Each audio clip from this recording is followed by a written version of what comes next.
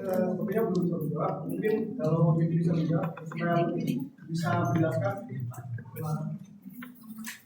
Mungkin kan tadi kan dari setiap cara signifikansinya kan berbeda-beda. Dari yang pertama seperti yang pendidikan variabel pendidikan universitas di analisis logik sama di MFX-nya itu menggunakan cara kepercayaan yang berbeda.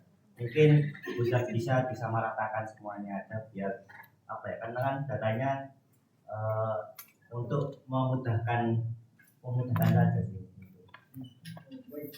Masih begini. Jadi sebenarnya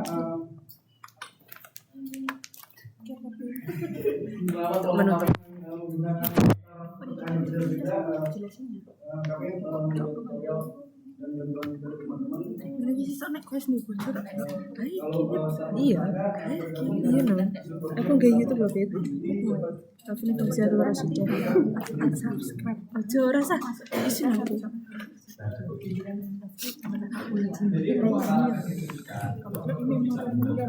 mulai dari 1,5 sampai 10%. Kalau hasilnya pun beda-beda kayak ini, itu nggak apa, digunakan tetap 10, 5 sama 1% ya. Jadi kalau misalnya ada satu variabel signifikan 10%, ada beberapa variabel signifikan 5%, ada juga yang 10%, tapi pada analisis yang sama atau regresi yang sama itu nggak apa dipakai. Jadi pada delta karena signifikan 1%, yang variabel B kalau signifikan 5% itu nggak apa dipakai. Jadi kita nggak perlu ya. Jadi kita bukan hanya menggunakan satu alat saja.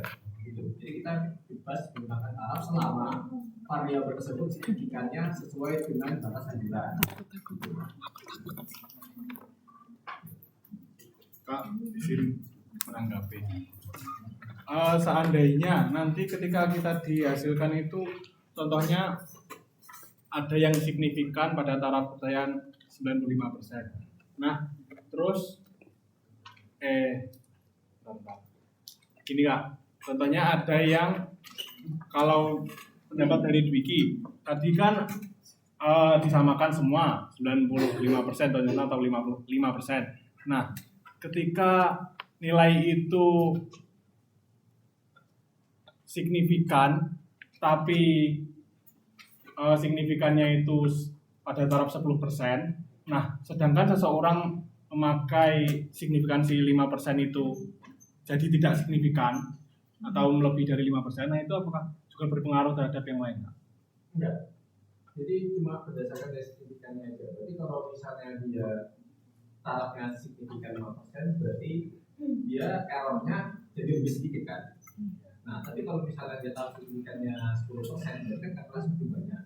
Gitu. Nah, berarti untuk yang variabel signifikannya kurang dari 5%, berarti dia sangat mempengaruhi. Gitu. Jadi ada pengaruhnya, tapi errornya sedikit.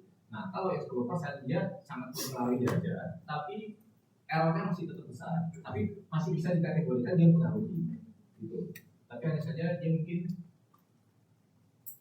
kalau tidak signifikan, tapi tetap signifikan juga signifikan. isi bertanya Kak. Nah itu kalau untuk lebih baiknya itu pakai yang disamaratakan semuanya buat satu penelitian atau tiap variabel itu bisa beda-beda signifikannya. Lebih baiknya gimana Kak? Lebih baik itu pakai semua. Jadi misalnya kalau ada yang signifikan 1, 5, 10, katanya kan 10 ya. Jadi kalau selama di bawah 10, jadi dapat dikategorikan dia signifikan. Mungkin di bawah batasnya 10. Nah, tapi sebenarnya problem yang diperhatikan itu adalah variabel mana yang signifikan. Gitu. Soalnya gini, ada beberapa kasus variabel